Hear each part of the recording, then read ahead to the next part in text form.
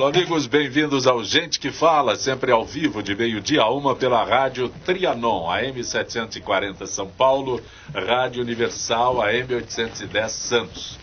Estamos transmitindo direto do estúdio da Rádio Trianon, através da nossa fanpage Facebook/programa Gente que Fala. Estamos também na AltV, www.altv.com.br e TV Guarulhos, canal 20 UHF, canal 3 da NET em Guarulhos, tanto AltV quanto TV Guarulhos, 11h30 da noite. Acesse nosso blog, conheça nossos colunistas e colaboradores, gentequefala.com.br e a nossa disposição, nós colocamos à sua disposição também um telefone aqui no estúdio da Rádio Trianon, 3289-3580, telefone da nossa produção, 5052-5555. Como toda quinta-feira, gente do MPD que fala. Parceria do Gente que Fala com o movimento do Ministério Público Democrático e representando o MPD, o movimento do Ministério Público Democrático, o Procurador de Justiça, Dr. Rolando Maria da Luz. Dr. Rolando, prazer tê-lo aqui. Prazer. Muito bom tê-lo aqui. Também conosco, doutora Ágata Camargo Paraventi. É Paraventi? Paraventi, isso. Falei corretamente. A senhora é professora de Relações Públicas na Casper Libero. Exato, isso. E doutoranda de Ciências da Comunicação. Exatamente, é um prazer estar aqui. Tem mais algum título? Eu não. suprimi. O currículo de vocês é sempre muito intenso e eu acabo suprimindo alguns itens. São suficientes, pesquisadora. Também conosco a doutora Rebeca Ingrid Arantes Robert, doutora Rebeca, advogada. Prazer tê-la aqui, doutora Rebeca. Prazer é todo meu, eu agradeço novamente o convite, na pessoa do doutor Rolando. Obrigado. Do Ministério Público Democrático. Também conosco o economista doutor Ricardo Gamal. Prazer tê-lo aqui, doutor Gamal. Olá, Zancopé, olá, ouvintes, olá a todos. Um grande prazer estar aqui sempre para discutir os principais problemas do Brasil e do mundo. Doutor Gamal, o senhor é diretor da Fiesp. Sim. Este é o segundo feriado que, não sei se encurta a semana ou se aumenta o final de semana. E no começo do mês que vem, um outro feriado. Quer dizer, nós temos, assim, 30 dias. Um país rico, né? Em 30 dias, uma semana menos. Né? Eu posso dizer que em 30 dias nós temos uma semana menos de trabalho? Temos uma semana menos de trabalho. No geral, a produção se esvai, o comércio tem restrições. Né? A única coisa que não tem restrição são os juros correndo do rentismo, né? Mas não para, que não param, né? Não é só em dias úteis? Não, é o overnight, vai, né? Mas não é para dias vai úteis. Correndo, corre. Então, isso não para. Eu, como neófito na economia... Isso não para. Então, é lamentável que um país, não só pelos problemas dos próprios feriados, né? Que tenham todos esses problemas, ainda remunere o rentismo, ainda até nos finais de semana. Veja a minha ignorância. Vamos para frente, né? Se o meu cheque estiver no vermelho nesses dias, eu estou pagando? Também vai pagar. Estou pagando? Estou assustado de novo. E Gamal é economista e sempre... Eles falam 30 dias, né, por dia. Né? Sim, por isso que eu estou perguntando. É uma semana menos. Então, não é? Mas já continua rodando. Da Sexta-feira então, Santa. É um país que premia quem não investe, quem não trabalha na economia real, né? Que vai além até dos problemas da corrupção. Sim. É um grande problema. Ministério Público de São Paulo quer suspender a realização do novo júri do Carandiru ainda sem data marcada e manter a condenação dos policiais militares pelo massacre. Promotoria entrará com recurso especial no Superior Tribunal de Justiça e extraordinário no Supremo Tribunal Federal contra a nova decisão do Tribunal Paulista. Estou certo nesses termos aqui, é um recurso especial no STJ e um extraordinário no STF, é isso? Correto, sim. Esse é o caminho. Desculpa interromper. Não, mas Primeiro, boa tarde, Zancopé, e aos convidados e também aos ouvintes. Este é o caminho correto. E, em si, o massacre vai envolver muita discussão. Mas, na prática, como se tudo dá de quem tem poder para mandar, é que deveria ter uma consciência muito mais ligada ao que se chama abstratamente consciência coletiva da sociedade. Mas esse é o caminho e vai ter que fazer uso disso. Agora, por detrás dessa... Não está definido, não tem uma sentença. O coronel Biratã tomou 200 anos de cadeia, morreu. Falei em 200 anos, nem sei se é essa. Pô, nesse caso... É um terço da pena, é isso? 600. Eu sempre digo, os efeitos reais nunca voltarão a acontecer, né? Como o que aconteceu, parece que querem apagar da memória. E eu... por outro lado, humanamente, eu creio que os próprios policiais, para mim, receberam ordens. Ordens que não deveriam ser computadas nesse julgamento para eles. Claro que, por outro lado, a sociedade sempre quer uma resposta rápida e imediata. O soldado não tem iniciativa, ele cumpre ordem. É verdade. Quem teve no quartel sabe disso. Ainda que seja um soldado chamado Platão ou Sócrates, não poderia pensar muito longe. Sim. Então, é necessário a questão técnica jurídica, ou seja, transpôs do que é a realidade para um mundo abstrato que, para mim, é muito acadêmico discutir o novo júri. O que foi decidido, na verdade, isso reflete muito no problema da lei. Não é nem brecha, eu pessoalmente não considero haver brecha. O que há é malandragem das pessoas em usar a lei para outras finalidades que não aquela a que se destina para corrigir o acerto da humanidade, pelo menos social, né? Agora, levando em conta essa parte técnica, não é? Como é que, talvez, para o cidadão comum, pensar, apagar o que fora feito é muito difícil, né? Porque a sociedade, geralmente, e não é nenhum pecado, né, é movido por emoção. Você pode ver em todos os exemplos, a emoção é que dita. Agora, os profissionais é que não deveriam se envolver muito nessa forma sentimental, emotiva de conduzir os negócios da cidade. É muito difícil explicar para as pessoas isso, mas é necessário. Por isso que eu falo, por um lado, deve recorrer junto aos tribunais superiores, STJ e STF, né? E vai seguir um procedimento muito burocrático que vai demorar até voltar, que talvez até saia da memória do povo, se continuar nesse ramo. Então, eu só, como pessoa, lamento, embora trabalhe isso há mais de 40 e poucos anos, e não só isso, pesquiso, estudo, e associo mais aos fundamentos, tanto religiosos quanto sociais, quanto aos que chamam ateísmo, ou seja, secularizar essa forma de pensar religiosa e essa forma de pensar um cidadão comum, né? E, às vezes, muitas coisas dos bastidores não chegam nunca mais ao conhecimento do cidadão. É uma tristeza, aliás, como todos. Daqui a pouco vai. Professora Rebeca, quer se manifestar sobre este assunto? Eu gostaria. Evidentemente que eu não gostaria de entrar em detalhes a respeito do processo, porque não conheço. Mas posso tentar aqui emitir uma opinião com base no que foi noticiado. E o que foi noticiado é que o Tribunal de Justiça, então, ele anulou os 5 júris que condenaram 74 policiais pelos assassinatos, homicídios de 77 detentos. E a razão, o motivo pelo qual foi que não foi possível individualizar as condutas dos agentes para saber quem cada um matou.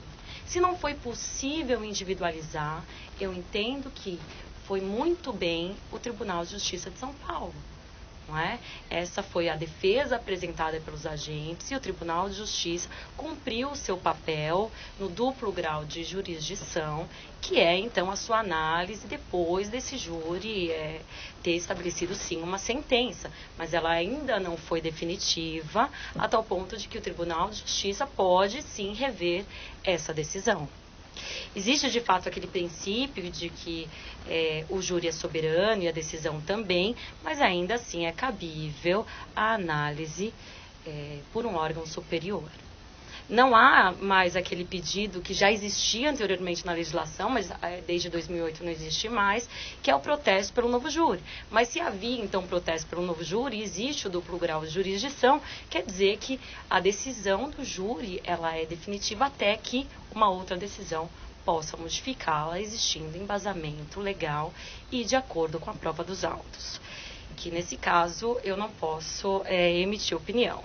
Mas concordo com o procurador quando ele fala sobre analisar os casos com base na emoção e de que isso não pode ser assim feito. É evidente que o Tribunal de Justiça não analisou com base na emoção, mas a sociedade por vezes analisa com base na emoção muitos acontecimentos, principalmente quando eles estão aí ainda na proximidade em que se omite essa opinião. Então, dizer que aqui houve emoção por parte da sociedade realmente sempre vai existir, mas por parte dos técnicos e dos juristas isso não pode ocorrer. Eu concordo, então, com a opinião do procurador. Acho que o Ministério Público tem que cumprir o seu papel na busca aí pelos demais recursos, mas, com certeza, quem vai dar a palavra final é o Poder Judiciário, com base, então, na prova dos autos e na legislação. E vamos ver o que vai dar. Me chama a atenção nesse contexto, né, vocês estão abordando no contexto da opinião pública, né, do sentimento, né, da sociedade e dessa percepção do esquecimento, né, que o Dr. Rolando colocou. Eu observei uma pesquisa que foi feita pelo Datafolha em 2013, antes do júri acontecer. E aí essa pesquisa tentou demonstrar qual era a opinião da população brasileira sobre o massacre, isso no momento em que aconteceu e 20 anos depois. 54% da população brasileira apoiava, né, entendia que aquela atitude da PM é uma atitude condenável, ou seja, não concordava com a atitude da PM. Só que 33% naquele momento apoiava. 20 anos depois, 36% apoia. E o que chama a atenção é uma questão específica de idade. Acima de 60 anos, 40% das pessoas apoiaram a atitude da PM naquele contexto. E aí acho que a gente precisa entender um pouco o que é esse contexto de acesso à informação para a população, o que é um contexto de direitos colocados, né, um pouco essa leitura mais coletiva e talvez não tão informada, né, sobre qual que é o direito de alguém que está num regime de detenção. Isso me preocupa um pouco, né? Porque eu não sei até que ponto, por não ser da área jurídica, até que ponto uma decisão técnica reflete ou deveria atender os anseios da população. Entendo que não, mas a gente começa a entender por parte desses números que há uma parte da população ainda mais velha que entende isso como, né, uma atitude correta da polícia militar. Então isso é alguma coisa que a gente deve entender no contexto da opinião pública. Né? Como é que a sociedade enxerga isso, analisa e vai sentir, né, a decisão, né, se isso for avançado ou não. Doutor Gamal, o senhor está sempre presente no programa, vem com frequência, o senhor é economista, e eu imagino que num assunto desse o senhor esteja pensando quanto custa. Não, veja... Quanto custa uma ação dessa? Tem até repercussão internacional Sim. no país, né, e gera até, de verdade, custos econômicos nessa coisa, porque gera perspectivas ruins em relação à sociedade em geral, né. Mas eu acho que o Estado deve ser responsabilizado, né, em primeiro lugar, porque o Estado é responsável por aquele preso, né. Isso sim. Agora, a responsabilidade individual é que se realmente for comprovado que é complicado cada um ter a sua responsabilidade conferida, né, é difícil você condenar também uma pessoa dessa forma, né. Mas eu vejo que, de uma forma geral, foi um episódio lamentável para o Brasil, né? Lamentável. Então, todo preso, já que existe a lei, tem o direito de ficar lá preso com segurança e cumprir a sua pena, uma mínima segurança, né? Que não havia, e acho que ainda não há no Brasil, que gera realmente até custos internacionais, né? Porque a imagem de um país assim, até economicamente, é afetada. posso complementar essa? O essa? senhor disse que não se repetirá, até porque o governador demoliu a casa de detenção para evitar que outros fatos desses acontecessem. É que as pessoas olham, vamos dizer, se o Estado é responsável pelos atos dos policiais militares, vamos pensar um pouquinho. Eu não estou defendendo a ninguém, eu estou colocando os fatos para serem analisados como uma pessoa neutra e olhar para todos os aspectos, todas as perspectivas de um noticiário como reflete. A questão, sim, alguém olhou para, eventualmente, esses PMs, as famílias desses PMs, em que estado estão eles? Então, se o PM vai exercer uma função que for incumbida pelo Estado de exercer, agora vamos ver se há excesso ou não, aí é outro assunto. Mas se ele está fazendo pelo Estado, então a família deles também está junto. Não é? Então as famílias desses soldados, se eles forem condenados, o que vão ser? Alguém pensou, o pobre coitado, não estou dizendo que mereça morrer, não me coloquem nessa situação, que o preso merece ou não merece. A questão de merecimento é campo religioso, campo humanista, não está dentro da lei e não é discussão cabível dentro da lei. Se aplicar a lei, então, deve se aplicar também que o policial preso, ele estava em exercício de uma ordem, de um ofício. Então, não deve ser individualmente só por ele responder. Claro que, me permite falar, né, as regras processuais são muito burocráticas. O processo, no final das contas, às vezes, ao mesmo tempo serve para que se esfriem as emoções e usem a técnica racional, mas também é uma burocracia que impede a realização do que se clama por justiça. Na verdade, judiciário para mim é um órgão, não é a justiça em si. A única justiça que existe no mundo é divino. Mesmo que eu seja ateu, é uma força superior. Então eu tenho que analisar todas essas perspectivas, sem querer contrariar, talvez falando demais. Desculpa aí. Não, veja, eu simplesmente disse que o Estado tem que ter a responsabilidade pela segurança do preso. Agora, naquela situação, como eu disse, é difícil você responsabilizar alguém num momento que é até impossível dizer quem fez o quê, não é? Ficou complicado realmente. Né? E, por outro lado, é histórica essa contradição entre o comandado e o comandante. Né? Até nas guerras existe esse problema. Né? Existiu na Segunda Guerra Mundial. Né? Então, eu exerci ordens e fui comandado e tal. É uma polêmica até histórica. Né? E é difícil a gente dizer. O que se pode dizer é que é lamentável para um país ter um episódio como esse. Isso sem dúvida nenhuma. É preciso reformar tanto a questão dos presídios, ao meu ver, né? Porque se não há a lei de matar os presos, né? Se não há pena capital no país, então precisamos seguir a lei penal. Sim. Correta, né? Se há a lei penal, a lei de pena capital, aí se exerce essa lei também.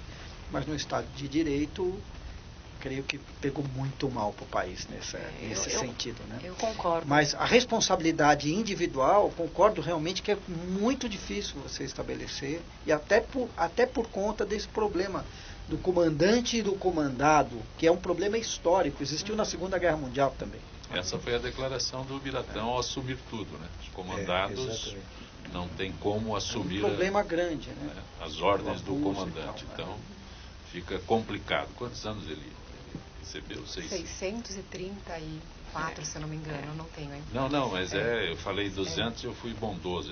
Bom, ele ia cumprir só um terço 632 anos de prisão. Ele iria cumprir só um terço da pena mesmo, né? Por bom comportamento. Brincadeiras à parte, né?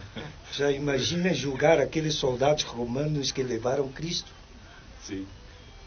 Veja, é preponderante. essa questão da ordem e da hierarquia existe, mas a ordem ilegítima e a ordem ilegal, por mais que a gente entenda que é muito difícil num contexto que é um contexto de trabalho, a gente não pode esquecer que ele está ali trabalhando e que ele tem que levar, assim, o salário, o soldo, enfim, para casa, e ele vai considerar isso no momento de seguir uma ordem, mas uma ordem ilegítima ou uma ordem ilegal, ela não deve ser seguida, né? Isso a gente tem também, e isso é considerado no momento do julgamento desse caso. É um abuso flagrante, realmente é complicado. É muito difícil não responsabilizar o indivíduo em si e só o seu superior hierárquico. Vai ter, com certeza, ali um concurso de responsabilidades nesse caso. A gente acha que para até observar, nesse mesmo contexto, o âmbito da Operação Lava Jato. As empresas investigadas, né, os punidos, não são simplesmente os principais dirigentes. Sim. Secretárias, Sim. diretores, gerentes, Sim. estão sendo responsabilizados, né, nesse contexto. Embora houvesse uma relação de hierarquia, também uma responsabilidade colocada. Essa questão do me obrigaram a fazer, nesse âmbito atual que a gente vem discutindo, que difere muito dessa discussão, mas a responsabilidade está sendo aplicada. Você está conosco no Gente que Fala, você que vive em São Paulo e quer que a cidade seja bem tratada todos os dias, você que hoje olha para a nossa cidade sabe que o cuidado agora é outro. A Prefeitura tem trabalhado sem parar, inclusive nos finais de semana. Desde o início do ano, muita coisa já foi feita, como o Corujão da Saúde, que resolveu o problema das filas de agendamento para exames, o programa Trabalho Novo, que está gerando emprego para moradores de rua, tem também a Operação Cidade Linda. Mas, mesmo com todas essas realizações, a gente sabe que muito mais ainda precisa ser feito. Por isso, o verbo na Prefeitura é trabalhar. Trabalhar para melhorar a saúde, a educação, o transporte, trabalhar em todas as regiões de São Paulo, e a tarefa não é fácil. Mas para fazer uma cidade melhor para todos só tem um jeito: trabalhar, trabalhar e trabalhar. E a Prefeitura de São Paulo com trabalho e inovação. Hoje é o Gente do MPD que Fala, parceria do Gente que Fala com o movimento do Ministério Público Democrático. Representando o MPD, o Procurador de Justiça, Dr. Rolando Maria da Luz, a professora de Relações Públicas, professora Ágata Camargo Paravente, o economista Ricardo Gamal, que é diretor da Fiesp, e a advogada Rebeca Ingrid. Doutora Rebeca, a senhora é especialista em direito de trabalho, e o presidente Michel Temer sancionou leis que protegem os direitos das mulheres. A senhora quer que eu leia tudo isso? A senhora tem mais informações do que eu possa... Bom, só para complementar o que nós estávamos finalizando o assunto anterior, sobre essas normas de conduta dentro da empresa que devem ser seguidas, e é uma preocupação que a professora aqui colocou. Essa é uma preocupação porque, de fato, as empresas podem ser responsabilizadas. Então, essas normas de conduta, trazendo um pouco para as relações de trabalho, elas são fundamentais, porque, de fato, se um inferior hierárquico seguir regras que contrariam as normas do direito brasileiro, ele deve ser responsabilizado individualmente, ademais da empresa também ser responsabilizada. E entrando nesse assunto do presidente Michel Temer, protegem os direitos das mulheres, ter sancionado leis que protegem os direitos das mulheres, é interessante pontuar que esses direitos das mulheres que foram, então, estão previstos agora nessas leis, que foram recentemente sancionados, são direitos das mulheres que foram apresentados por projetos de lei, apresentados por mulheres do Congresso Nacional. Mulheres ali que nos representam, inclusive. Que nos representam, quando eu digo, não quero dizer, me colocar aqui como uma mulher sendo representada por algumas mulheres, mas como a sociedade brasileira sendo representada ali no que tange aos direitos das mulheres. Porque proteger as mulheres, proteger as suas diferenças, como proteger os homens, suas diferenças, proteger os demais da sociedade, é proteger a sociedade no todo. E aqui a gente está falando de uma lei que obriga hospitais e demais estabelecimentos dar atenção à saúde das gestantes, os hospitais públicos ou privados, prestando orientações à mãe quando a técnica adequada de amamentação. Veja que proteger a gestação, proteger a gestante, é proteger esta geração, mas também as futuras. Mas isso não existe. Pois é. Eu nem li tudo isso aqui agora porque eu queria até dividir. Tem um um item aqui, Sim, doutora Rebeca, sim. que diz: um decreto que concede indulto especial no Dia das Mães às mulheres presas. Isso é Sim. direito trabalhista? Não é direito trabalhista, é um direito... Eu não sei se eu quero que a senhora explique Claro, cada vez claro, mais claro. direitos das mulheres. Porque isso me remete a esse negócio de indulto de Natal, Sim, de uma sim. jovem aqui no presídio do litoral que recebeu lá um benefício para sair no Dia das Mães e ela estava presa porque ela matou os pais. Então, eu não sei... Sim.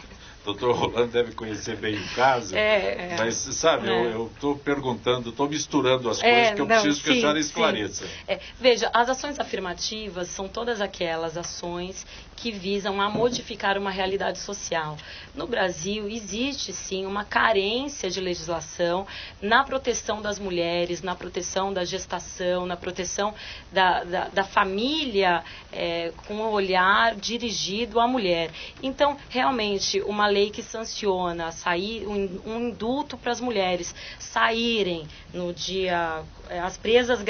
a proibição do uso de algemas em presas grávidas, uma lei que protege a amamentação, uma lei que permite que as mulheres saiam nessas datas especiais. Eu creio que essas leis são, sim, no sentido de promover uma mudança na mentalidade da sociedade. E essa de acordo com algumas teorias sociológicas, esse é um papel do direito na mudança social, como propulsor de mudança social. É um papel educativo do direito. Existe até uma teoria que tem o nome de o direito como um papel educador. Isso também pode ser colocado para o direito. E o direito ele pode ser, nesse sentido, utilizado, como em outros sentidos, que é até um tema que nós iremos falar ainda, sobre a questão da socialização ou ressocialização do preso. Pode ser abordado agora, é sobre a ressocialização de preso que reduz reincidência ao crime. Eu não gosto nem de utilizar esse termo como ressocialização de preso. Muitas vezes o que a gente tem na sociedade são pessoas encarceradas que tiveram durante toda a sua vida em sociedade uma ausência de socialização. O que é uma ausência de socialização? É a não inclusão desses indivíduos naquilo que se entende como sociedade. Sociedade, nós resolvemos viver em sociedade, nós não nascemos em sociedade, né? E então nós entregamos para o Estado parte das nossas liberdades individuais, para que o Estado proteja essas liberdades individuais, que não são só daqueles que estão livres, mas também daqueles que estão presos. Certamente aí entra aquela fala do Gamal aqui, querido, que nos colocou logo no início das suas considerações, falando que o Estado tem o dever, sim, de proteger os seus encarcerados, e ele é responsável por isso. Então, quando a gente coloca o Estado neste papel, ele tem um papel de socialização, desde quando nós nascemos. E aquele que vai para o cárcere, ele também está sob a tutela do Estado, devendo o Estado promover essa socialização. Ou ressocialização, se a gente acredita que alguns ali já tiveram oportunidade de serem inseridos em sociedade e então, num determinado momento, agir contrariamente a ela, estando à margem da sociedade, um indivíduo que não se quer mais em sociedade, mas permitir que este indivíduo retome o seu entendimento enquanto indivíduo, enquanto um ser que pertence a essa sociedade. Essa sensação de pertencimento permite com que ele novamente venha a viver conosco e não mais reincidir em crimes. Então eu acredito muito nesse método de ressocialização, ou melhor dizendo, de socialização de presos. Eu vou pedir a gentileza dos senhores presentes aqui, já nós retomamos o assunto. Eu vou conversar com a Gisele Souza, do setor de eventos da FIPESP. Gisele, boa tarde. Boa tarde, Zancopé, e boa tarde aos debatedores do Gente que Fala. Gisele, nosso tema nesses dias tem sido a reforma da Previdência. Já houve algum acordo para a apresentação do parecer do relator, Gisele? Sim, Zancopé. A Comissão Especial da Reforma da Previdência, PEC 287-2016, chegou a um acordo para a apresentação do parecer do relator, deputado Arthur Oliveira Maia, do PPS Bahia. Os parlamentares contrários à proposta até se comprometeram a não obstruir os trabalhos. Após a leitura, haverá um pedido de vista coletivo.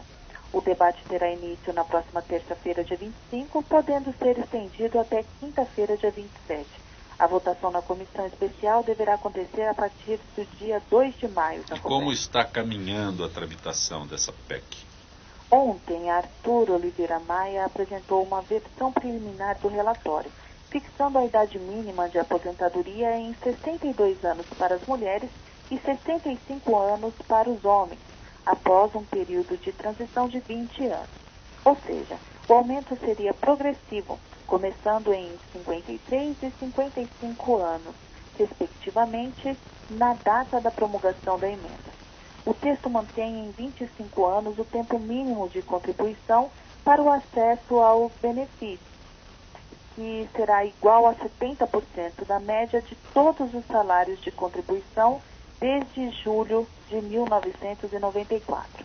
Após 25 anos de contribuição, cada ano seria contado a mais, possibilitando a obtenção de 100% da média aos 40 anos de contribuição e não mais 49 anos, como previa o texto anterior. E qual seria a idade mínima para policiais civis?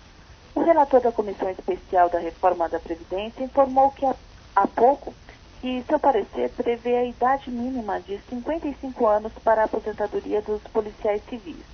Esse requisito, que não é previsto atualmente, passará a valer logo após a promulgação da reforma. Arthur Maia apresentou o parecer à Comissão Especial na quarta-feira, dia 19, com as mudanças feitas na proposta original do governo PEC 287/2016. Ele também deve anunciar mudanças na progressão da idade mínima para a aposentadoria de todos os trabalhadores, que passará a subir em um ano a cada biênio a partir de 2020, Zancopé. A integralidade do benefício aos policiais civis foi mantida? O parecer do relator prevê que os policiais civis que ingressaram na carreira antes da instituição da Previdência Complementar terão na aposentadoria a integralidade dos vencimentos. Já os que ingressaram depois serão submetidos à regra geral, que prevê o teto do INSS atualmente em R$ 5.531,31. O relator explicou que, embora a integralidade dos vencimentos na aposentadoria tenha acabado para os servidores em 2003, os policiais se beneficiam de uma decisão do Supremo Tribunal Federal que manteve a regra para a categoria, Zancopé. Gisele, agradeço mais uma vez tua gentileza com o nosso Gente que Fala. Uma boa tarde, Gisele. O nosso boa tarde a todos os ouvintes do Gente que Fala. Gisele é da FIPESP, Associação dos Funcionários Públicos do Estado de São Paulo, trazendo sempre assuntos não apenas de interesse dos associados, mas ao público em geral. Hoje, gente do MPD que fala, o Procurador de Justiça, Dr. Rolando Maria da Luz, a professora de Relações Públicas na Casper Libero, professora Ágata Camargo Paravente, a advogada doutora Rebeca Ingrid e o economista Ricardo Gamal. Eu interrompi quando vocês estavam, eu coloquei... Sim. Praticamente dois assuntos aqui. Doutor Rolando, o senhor se conteve até agora, por favor, não se contenha. Muito obrigado. Não, eu sei. Eu sempre... doutora Ágata, é bom ter um pouquinho de humor nesses programas, porque são assuntos e temas difíceis. Eles que são operadores do direito. Pois é, podem... principalmente para a gente que tem alguns suspeitos. E eu aproveito essa oportunidade, porque o tema principal do Carandiru, na verdade, pode ser desdobrado tanto no outro, três assuntos, aliás, coligados.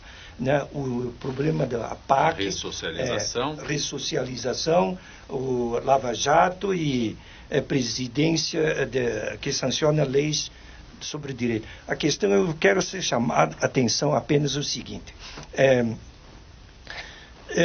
não que me peço, talvez as minhas palavras às vezes aparentemente podem ficar bastante agressivas, mas não é meu coração não bate dessa forma agressiva. Sobre essas leis, eu quero destacar o seguinte: são apenas uma parcela das mulheres que se beneficiam. As pessoas comentam como se fosse generalizada, não é? Três assuntos. Primeiro, a lei da amamentação. Não é toda mulher, que me perdoa, que quer ser mãe. Não é toda a mulher que tem condições físicas de ser mãe. E, portanto, também não pode ter condições físicas de amamentar. Vai fazer uma terceirização, emprestar alguém para amamentar. E assim como o uso de algemas contra presas no parto, nessa altura, né, eu pouco participei, a não ser da minha esposa e de algumas conhecidas. Nessa hora, né, a mulher que dá à luz nem pensaria na algema, nem pensar em fugir, nem nada.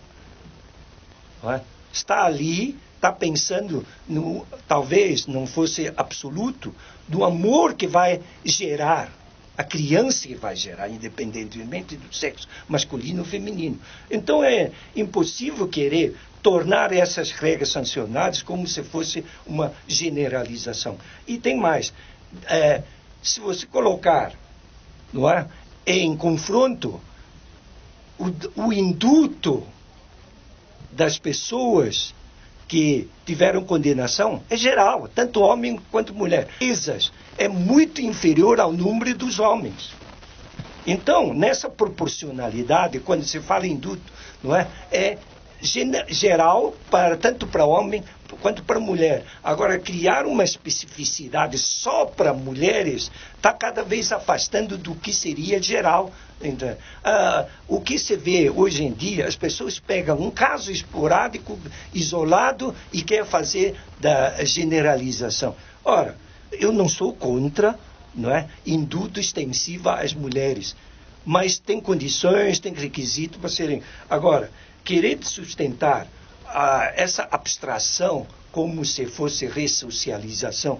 Então, tem que olhar para o ser humano, antes de mais nada, para fazer socialização. Tem que olhar para o ambiente familiar. Ou quem não teve família, porque eu lido com muitas também, com menores infratores, às vezes tem uns que dão muita dor de cabeça, tem outros que merecem estar na cidade. Mas é uma coisa muito, muito difícil, complexa. Mas não deixo de continuar atuando sempre com essa esperança de que algo melhor. Agora, eu acho que não deveria direcionar a discussão para um setor, vamos colocar devidamente as coisas. Não sou contra as mães que amamentam tenha essa liberdade, tenha essa calmaria, tenha essa serenidade para cuidar da criança.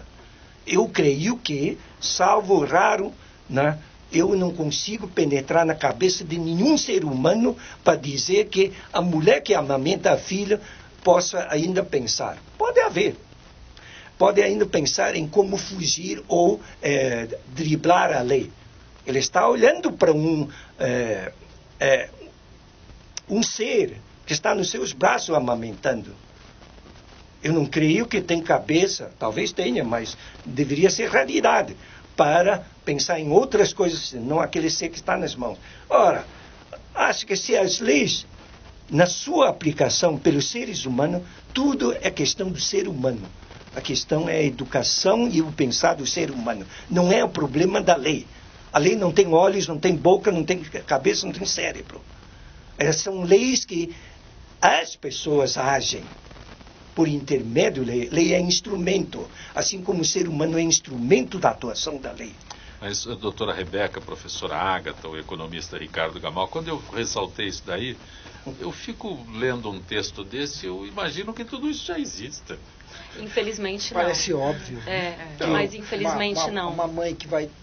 Uma senhora que está para parir... Não, pensa parece em fugir, acho que parece é até complicado nessa questão de não ter nem condições físicas para tanto. Né? Mas a questão é que ela estava assim, utilizava-se algemas nessas mulheres que estavam a ponto de parir. Parece Essa óbvio que não é necessário. Mas embora seja óbvio... Podem haver casos... Existem exceções. Houve necessidade de se criar uma lei para Não, me desculpem, tem casos assim. Tem casos que algemam tem casos que também na algema tem toda a liberdade, então não foca só numa parte. A orientação é que os policiais não algemem as pessoas. Nós temos essa orientação aqui. Temos. A argumentação para não constranger o preso. Mas isso Aliás, não esse pessoal do Sim. Lava Jato se coloca com o paletó em cima das mãos, se coloca com as mãos atrás para É uma sugerir realidade que diferente. estejam algemados, mas eles nem podem ser algemados, esse tipo de coisa. Esconder o rosto, né? Não pode dar entrevista, não pode filmar. Quem filma fica a abuso de autoridade. Então, olha, está ligado muito. Aproveito, desculpa interromper, eu vou antecipar. Melhor, o Lava Jato tem que dar prosseguimento aos processos, independentemente dessas periferias incorretas ou não, dar continuidade. Eu quero ver o importante é a primeira condenação sem recurso, abstraindo-se das regras técnicas processuais, se cabe recurso ou não, né? Tem que sair, aí sim determina o futuro. Agora, sem dar continuidade aos processos, por exemplo, esses de Lava Jato, não. Quero saber se o Supremo, que me perdoa, com muito respeito, né, sair da turma julgadora, não é o Supremo inteiro, não é? Sair a primeira condenação e, se for o caso, na linguagem jurídica, esgotar esses recursos protelatórios, ou seja, só para, né, atrasar. Então, esse sim é o que eu tenho como pessoa, né, de ver um sinal de conserto do país. Doutora Rebeca, professora Ágata, Ricardo Gamal, algo a acrescentar? Eu já tem algumas perguntas aqui, pois não, doutor Gamal? Estamos todos muito surpresos com todas as informações que os delatores vêm dando aí. Cada dia é uma surpresa maior, né? São muitos milhões. E a regra geral... Superior a PIB de muitos países. E a regra geral das relações das empresas com a política, né? Essa regra geral é que complica mais a situação. E quero lembrar ainda que nós estamos falando das relações de uma só empresa, de um setor da produção, um setor econômico de uma só empresa com esses políticos. Realmente é devastador, né? Devastador. Então, imagine o resto, né? Tem toda uma gama de setor de saúde, se a gente, dá medo da gente ir desvendando cada um desses setores, as relações com os políticos. Onde vai dar isso, né? Então, a verdade é que é necessário ter em cada cargo também uma espécie de quarentena em relação à sua atividade privada, né? Eu digo muito aqui em relação, por exemplo, ao Banco Central. O Banco Central brasileiro é gerido hoje por um sócio do Banco Itaú, né? Acho que isso é complicadíssimo. É legal, mas é complicadíssimo. Mas né? do Banco Itaú não saiu já? Hã? Do Banco Itaú não saiu? Não, ele é Goldfarb. Ele é o atual presidente do Banco Central. E não há uma quarentena. Nos Estados Unidos existe uma quarentena para isso. Né? Um período em que a pessoa não pode exercer nenhum cargo público se está no setor privado e vice-versa. Então, é bem difícil. E essas relações, não só político-eleitorais, mas em termos de cargos, essa promiscuidade do setor público-privado no Brasil vai deixando o país mais complicado ainda, né? Então, as leis que não permitem mais o financiamento privado para as eleições são um passo muito positivo, né? Não permitiram agora, parece que o financiamento do setor privado das empresas, né? Mas pode ainda a pessoa física, né? Me parece que um limite... Ou seja, a empresa não pode, mas o dono da empresa pode. Pode. Um limite, né? Eu gostaria que houvesse um limite também monetário para isso. Aí a gente poderia ter eleições um pouco mais democráticas, né? Pessoas que estão acompanhando o nosso Gente que Fala pelo Facebook, Esther Fruc, Rafael Matos Rodrigues, Zildete Leal, Luiz Carlos Matos, Fabiana Souza e sempre acompanhando a gente a Flávia de Carvalho. A Flávia é do blog Viciadas em Crochê.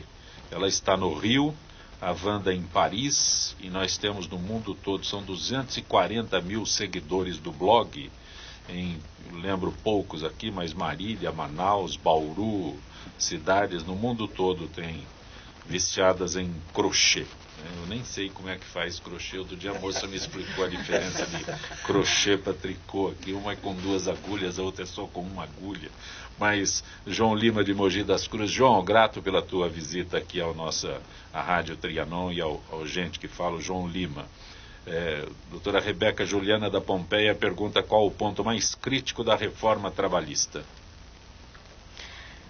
Se é que existe um ponto mais crítico ou toda reforma é crítica? Eu entendo que o ponto mais crítico da reforma trabalhista seria o retrocesso em direitos, tão duramente conquistado pelos trabalhadores ao longo de toda a história. E se a gente pensa que o direito ele não promove a mudança social, nas relações de trabalho a gente tem sim o direito que promoveu a mudança muito grande na sociedade, mudança que se estendeu depois para outras relações. Quando trouxe o direito às férias, hoje os empresários querem férias, né? Depois se estendeu, é o caráter progressista do direito do trabalho, que a gente percebe que isso foi duramente conquistado no decorrer do tempo. E hoje se debate de forma acelerada temas tão duramente conquistados, a grandes penas e buscando muitas vezes soluções breves com retrocesso em direitos. Por mais que eu concorde com a necessidade de uma mudança por parte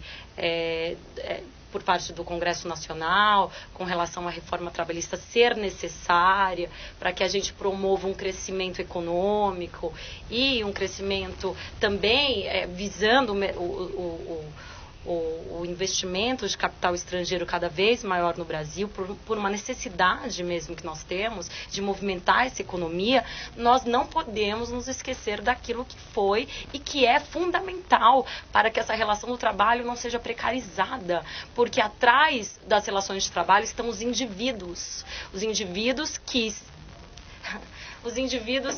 fazem com que a nossa sociedade não seja uma sociedade de mutilados, não seja uma sociedade em que um salário que hoje a gente tem como salário mínimo, como se o salário mínimo pudesse cumprir toda a sua função, pudesse atender todas as necessidades da família e do indivíduo. Olha, nós temos um salário mínimo, será que ele atende tudo isso? E os demais direitos, será que a gente pode simplesmente aboli-los da forma como está colocado? Eu não sei, eu acho que o maior ponto crítico é olhar para a necessidade de crescimento econômico e se esquecer de que os direitos trabalhistas foram conquistados e não se pode retroceder em direitos sem antes olhar qual o custo disso em toda a nossa sociedade, porque terá um custo humanista e terá um custo que vai ser econômico. O Estado depois vai ficar um Estado que vai ter que gastar mais com saúde, vai ter que gastar mais com assistência social, porque os trabalhadores provavelmente não vão ter as mesmas condições que hoje detêm em sociedade e que não são tão boas assim. Lado do empresário sobre esse tipo mas de veja reforma, bem, eu acho que nós temos que ter uma visão histórica sobre tudo isso. Sem dúvida, se tudo fosse totalmente, as negociações totalmente livres, o Estado não interferisse, até crianças estavam ainda trabalhando em regime semi-escravo, né? Então, a sociedade vem pouco a pouco, historicamente, restringindo essa coisa toda, né? Mas eu vejo que também nós devemos olhar a questão de uma forma um pouco mais inteligente, que não é tratado até hoje. Num país que você tem empresas monopolistas poderosas, não é? e que tem toda a força tanto para comprar como para vender, e compram a força do trabalhador, não é? Essas empresas têm um poder muito grande na negociação e elas, sem dúvida, devem ter as suas restrições, né?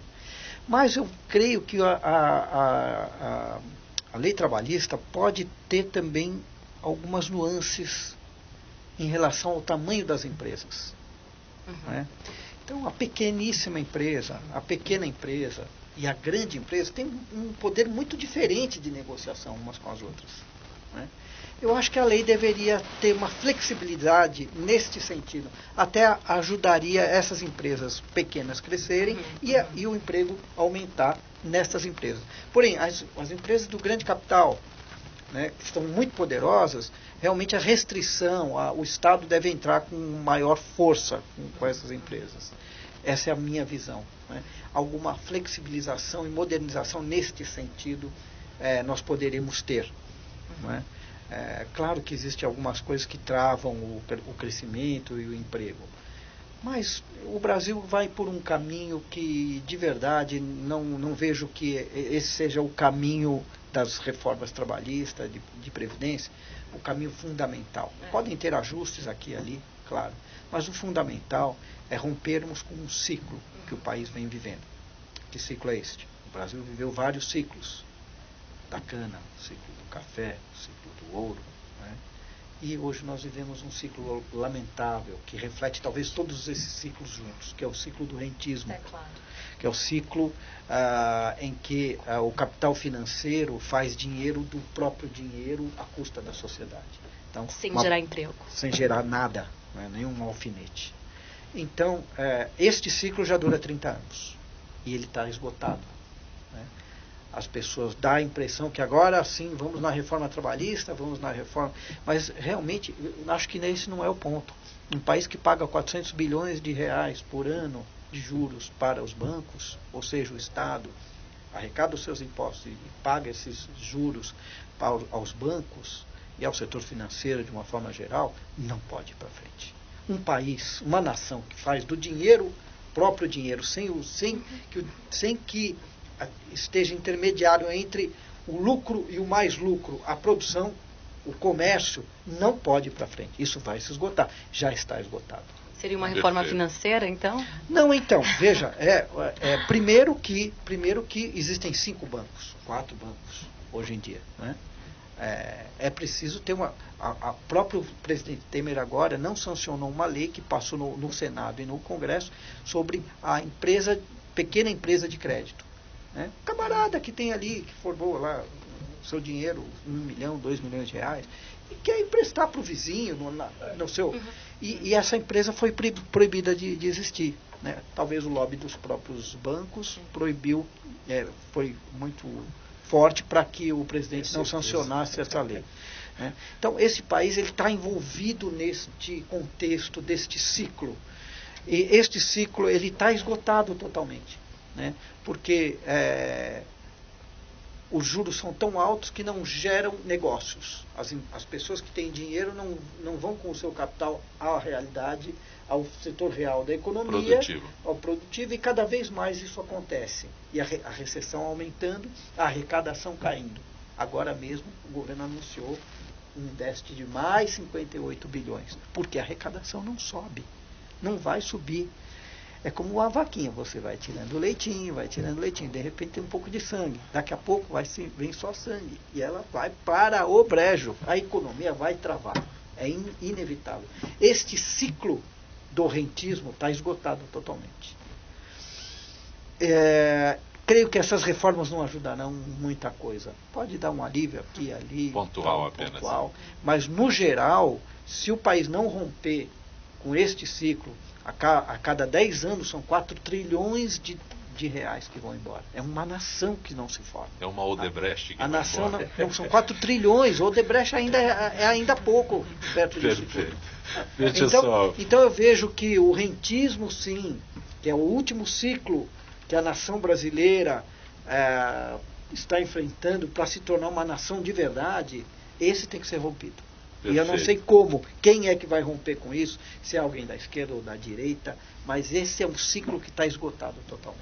Daqui a pouco eu tenho uma última pergunta para o Dr. Rolando, mas antes o registro para quem vive em São Paulo. Quem olha hoje para a cidade sabe que o cuidado agora é outro. A Prefeitura tem trabalhado sem parar, inclusive nos finais de semana, desde o início do ano, muita coisa já foi feita. O Corujão da Saúde, que resolveu o problema das filas de agendamento para exames, programa Trabalho Novo, que está dando emprego para moradores de rua, tem também a Operação Cidade Linda, mas mesmo com todas essas realizações, a gente sabe que muito mais ainda precisa ser feito. Por isso, o verbo na Prefeitura é trabalhar. Trabalhar para melhorar a saúde, a educação, o transporte, trabalhar em todas as regiões de São Paulo. A tarefa não é fácil, mas para fazer uma cidade melhor para todos só tem um jeito: trabalhar, trabalhar e trabalhar. Doutor Rolando, o senhor tem 1 minuto para responder para o Marcos de Pinheiros se é correta a atitude do juiz Sérgio Moro de obrigar o ex-presidente Lula a acompanhar os depoimentos de 87 testemunhas convocadas por sua defesa. Diretamente, sim. Tecnicamente, ele poderia ter outra opção. Mas a outra opção implica aqui dar mais tempo para os advogados de defesa entrarem com recurso e atrasar o processo.